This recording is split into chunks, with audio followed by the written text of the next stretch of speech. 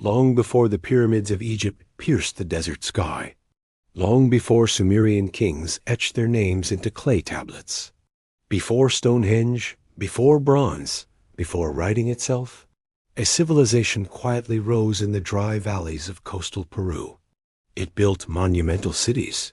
It engineered complex urban planning. It organized large populations. And it did all of this without kings, without armies, without walls, and without war.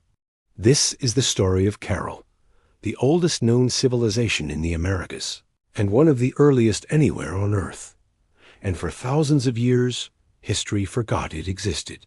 When archaeologist Ruth Shady Salas first began excavating the Soup Valley in the 1990s, few believed what she was seeing. Mounds of earth scattered across the desert had long been dismissed as natural hills. No gold, no pottery, no dramatic statues, nothing that fit the traditional image of civilization. But as Shady and her team began to dig, the ground revealed something astonishing.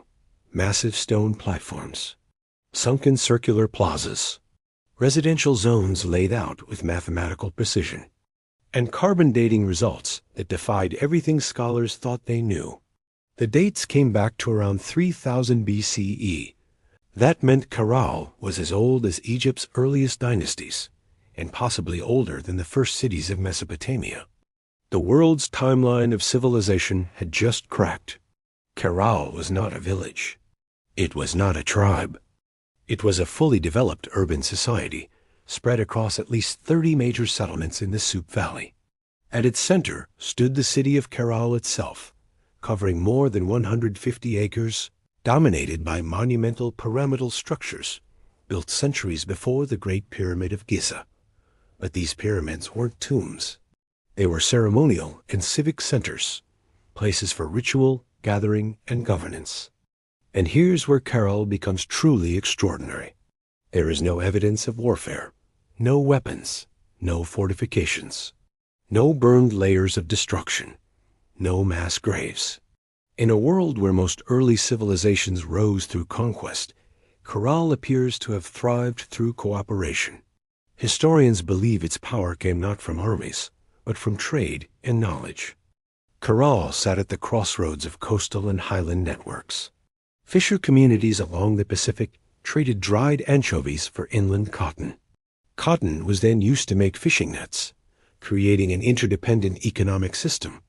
Archaeologist Michael Mosley, famous for the maritime foundations of Andean civilization theory, argued that Caral's wealth came from this sophisticated trade web rather than agriculture alone.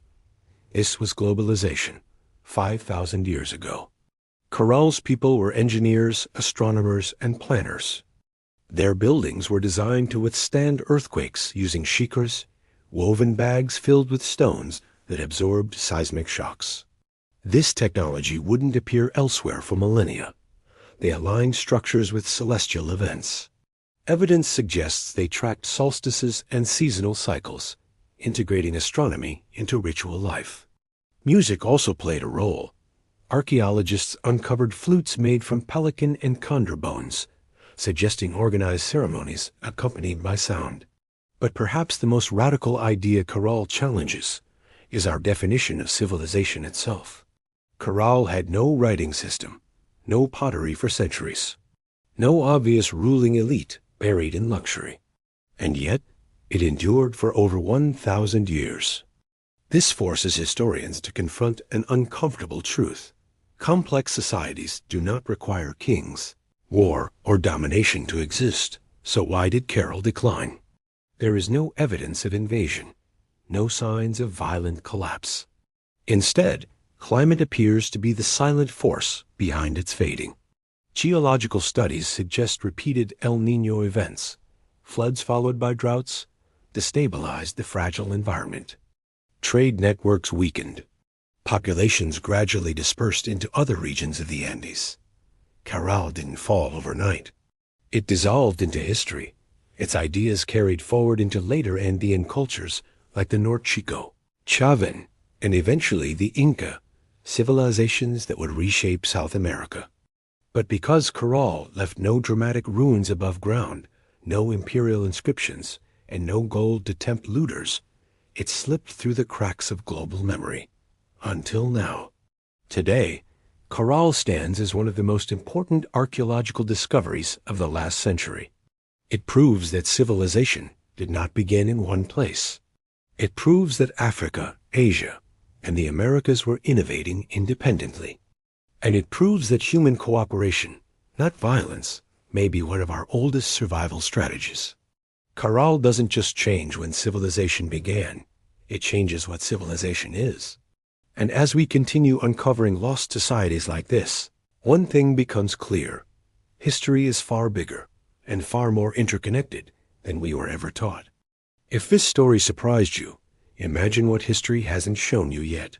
Like, subscribe, and share the Histovian Tales, where forgotten civilizations, hidden empires, and the world's untold histories are revealed, one story at a time.